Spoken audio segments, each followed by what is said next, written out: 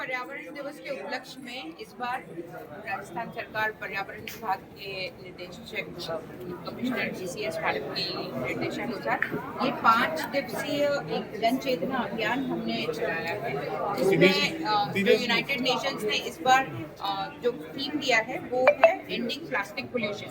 तो हमने जो अपनी कॉन्क्लेव रखी है 5 दिन, उसका टर्म रखा है partnering for ending plastic pollution.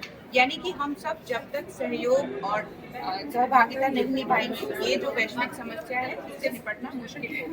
तो आज मुझे बहुत खुशी है कि हम ये जो 3 पैरेलल सेशंस जो कि आज पहले दिन था हम कर पाए। इसमें role of women in ending plastic pollution, role of industry and startups in ending plastic pollution, और ये आज जो कॉन्फ्रेंस रखी गई थी ये थी role of media in cumulative goals of energy transition for India's growth. Aligned with the United Nations Sustainable Development Goals, our vision of a sustainable future spans across 3 pillars. To minimize environmental impact, we are pioneering decarbonization of oil and gas operations.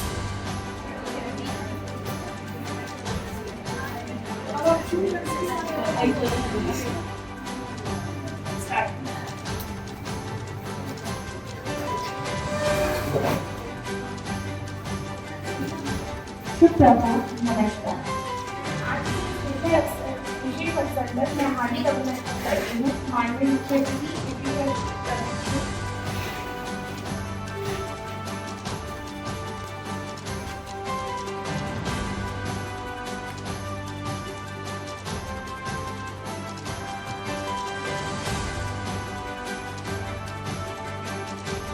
अलग अलग वर्ग के लिए अलग अलग तरह के आयोजन यहाँ किए गए हैं। विमेंस का क्या रोल है, इसके लिए एक अलग से ये चर्चा सत्र है। इसी के साथ में हमारा एक पैरेलल चर्चा सत्र चल रहा है जिसमें मीडिया पर्सन्स की पर्यावरण क्षेत्र में क्या भूमिका है उसको लेकर के है। इसके अलावा इंडस्ट्रीज और स्टार्टअप्स, इनका क्या रोल है उसका भी सत्र चल रहा है। इसके अलावा यहाँ पे बहुत सारी गतिविधियाँ हैं जो स्टूडेंट्स और सभी वर्गों के लिए हैं, जैसे painting, fancy dress, dance, skit और यूथ पार्लियामेंट, क्विज, इस तरह के बहुत सारे आयोजन हैं और बहुत सी सेमिनार्स हैं जो पैरेलल हर दिन अपने समय के अनुसार आयोजित रहेंगी। तो अब ये कार्यक्रम जो है हम इसमें पहले ही बहुत लेट हो गया है, तो पहले हम इसको स्वागत से शुरुआत करते हैं। उसके बाद में यहाँ हमारा क्राइसिस और women are definitely the change makers. So I think एक बार जोरदार तालियां बनती है हम सबके लिए, क्योंकि अगर विमेन प्रॉब्लम है wrong energy that we are using, जहां से भी हम ये एनर्जी अभी ले रहे हैं that is all fossil fuel based energy, coal, oil and petroleum, जिससे हमारे घर में बिजली आ रही है, इलेक्ट्रिसिटी आ रही है, एसी चल रहा है, इंडस्ट्रीज चल रही हैं, पानी हमें मिल रहा है, हर जगह पर एनर्जी यूज हो रही है and that energy is wrong energy. Burn होता है टू मेक एनर्जी, एक गैस रिलीज होती है and that is we all know CO2 and CO2 is a greenhouse gas. ये एनवायरनमेंट में जितनी होनी चाहिए उससे ज्यादा होती जा रही है। ये होना गलत नहीं है, ये है गैस, इसीलिए लाइफ है। कार्बन डाइऑक्साइड से हम एग्जिस्ट कर रहे हैं, कार्बन डाइऑक्साइड से हमारा अर्थ का टेम्परेचर मेंटेन्ड है। इमेजिन अ लाइफ जब कार्बन डाइऑक्साइड होगी ही नहीं, there would be no life.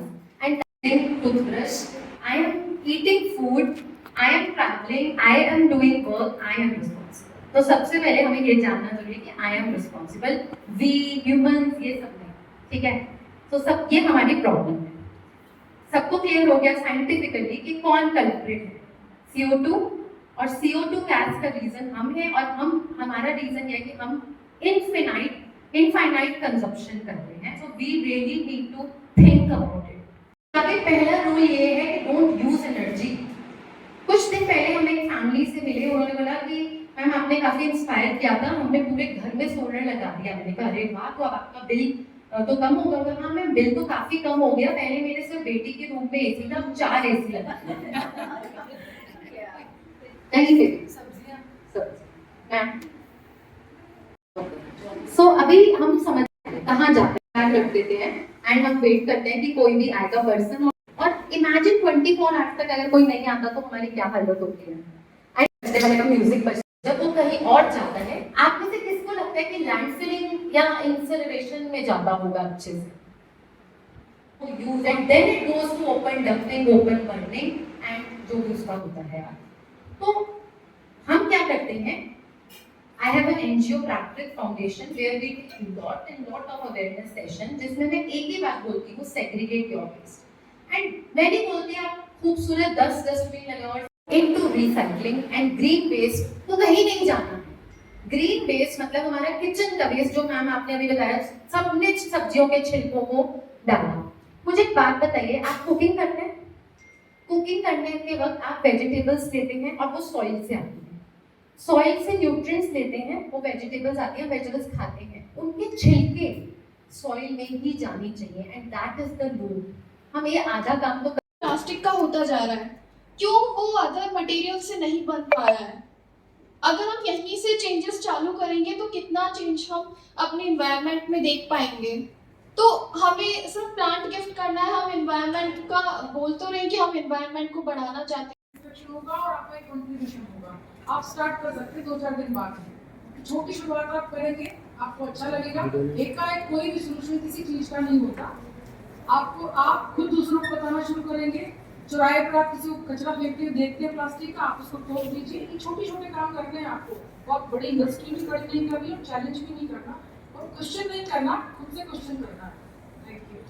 अंकित हमारे साथ में मौजूद हैं। अंकित तिवारी, करीब 50 लाख टन कचरा प्लास्टिक का भारत में 2019-20 में सामने आया।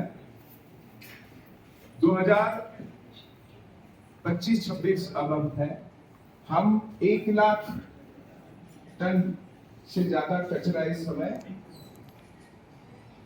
उत्सर्जित कर रहे हैं, सामने आ रहा है। इतनी तरक्की तो शायद अच्छे कामों में नहीं की होगी किसी ने, की है क्या?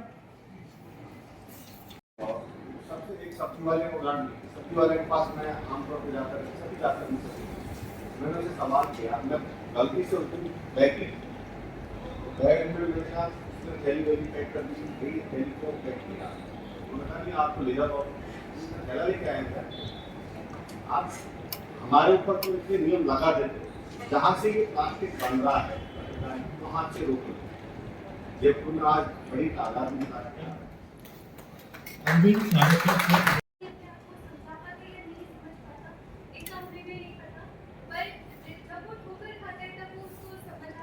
करेंगे तभी ये प्लास्टिक जाके बैन मिल जाता है। अभी थोड़े टाइम पहले जयपुर में वैसे तो बैन हुआ था प्लास्टिक, काफी सारे निगम के थ्रू काफी अभियान भी चलाए गए थे। सिटी में कुछ मशीनें भी इम्प्लांट की गई थी जहाँ पे कि आपको कपड़े की थैली सिर्फ 5 रुपए में आप कॉइन डालोगे और वहाँ से वो मिल जाएगी, ठीक है। बट वो ठीक है, वो थोड़े टाइम के लिए हुआ, फिर लोग भूल गए। ये है तो हमारी एक बहुत बड़ी मीटिंग करंट भवन में चल रही थी, उसमें मुझे बुलाया गया। So I'm glad that हम लोग एक खुल के बात कर रहे हैं। देखिए ये इन हाउस बात है, प्लास्टिक का पोल्यूशन से जो खतरा है ना, सिर्फ सरकार को नहीं है, या सिर्फ महिलाओं को नहीं है, या सिर्फ बच्चों को नहीं है, या सिर्फ बुजुर्गों को नहीं है। इट इज तो यहाँ हमारे भिवाड़ी के आसपास आपने देखा होगा पहाड़ खड़े हैं हमारे कचरे के ढेर के, सॉलिड वेस्ट। तो सॉलिड वेस्ट में वन ऑफ द मैक्सिमम सबसे ज्यादा क्या होता है, प्लास्टिक। उसके बाद जो बहुत ही डरावनी तस्वीर आती है, मैं हमारा एक गिद्धों का, वल्चर्स का एक कंजर्वेशन रिजर्व है जोड़बीड़ बीकानेर में। आप लोगों में से कोई गया है? जोड़बीड़ बीकानेर एक ऐसी जगह है जहाँ पर जो मृत पशु होते हैं उनको वहाँ डाला जाता है। पहाड़ है कचरे का, जो उन मृत पशुओं के पेट से निकला हुआ है वो प्लास्टिक ही प्लास्टिक है। तो जो आप बहुत सारी स्ट्रीट काउस को देखेंगे ना, उनके पेट में बहुत सारा प्लास्टिक भरा हुआ आपको दिखेगा। सो वो प्लास्टिक मृत पशुओं तक सीमित नहीं है, वो अब हमारी डेली लाइफ में एंटर कर गया है। माइक्रो प्लास्टिक्स हमारे हर तरह के भोजन में आप देखेंगे बहुत सारी चीजें हैं जिनमें माइक्रो प्लास्टिक है। हम एवरीडे जितने कपड़े चेंज करते हैं ना, आप कपड़े ये भी खरीद लो वो भी खरीद लो, तो आप देखेंगे इंटरनेट पे जो कपड़े बनाने की, सिंथेटिक कपड़े बनाने की फैक्ट्रियां है ना, वो कितना ज्यादा प्लास्टिक है सारा। It is coming from petroleum से वो सिंथेटिक धागा बनता है, उससे क्लोथ बनना है। So one of the biggest pollutant on earth is हमारी क्लोथ इंडस्ट्री। तो अगर आप डिसाइड करते हैं ना, तो कुछ डिसीजंस आप हमें खुद को लेने पड़ेंगे। चेंज किसको करना पड़ेगा? एक एक करके बूंद डालना है तो फाइनली बड़ा बढ़ जाता है। तो आप सबको अपना अपना कंट्रीब्यूशन देना पड़ेगा। आप खुद अगर मिनिमलिस्ट लिविंग पे हम जाते हैं कि जितनी जरूरत है, आवश्यकता है, उतने ही कपड़े खरीदेंगे।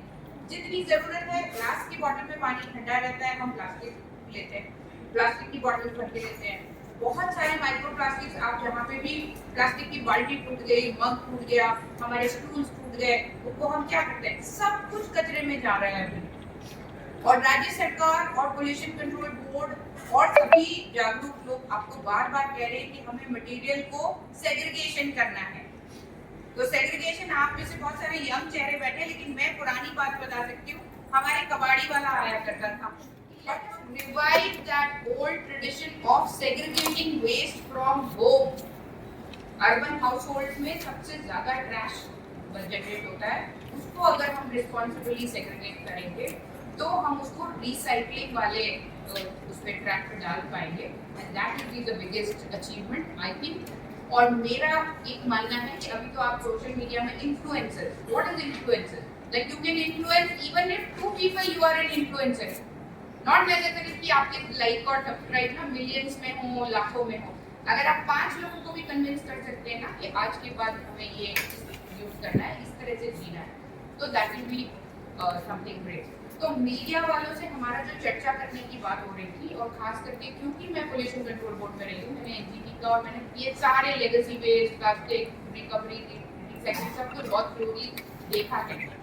और आने हम सब लोग एक ऐसी वैश्विक समस्या पर विचार करने के लिए, उसके समाधान खोजने के लिए या उसके व्यापक प्रभावों पर चर्चा, परंतु जो पिछले कुछ देर में मैंने आप लोगों के वक्तव्य सुने, जो मीडिया के हमारे प्रबुद्ध साथीगण हैं उनके वक्तव्य सुने, जो युवा साथी यहाँ आए हुए हैं उनके विचार जाने, मैम ने जो अभी संबोधन दिया, उद्बोधन दिया, उससे यह तो स्पष्ट है करप्ट व्यक्ति पकड़ा जाता है, उसके बारे में खूब लिखा जाता है, लिखा जाना चाहिए, लेकिन कोई ईमानदार है उसको और ज्यादा दिखाइए।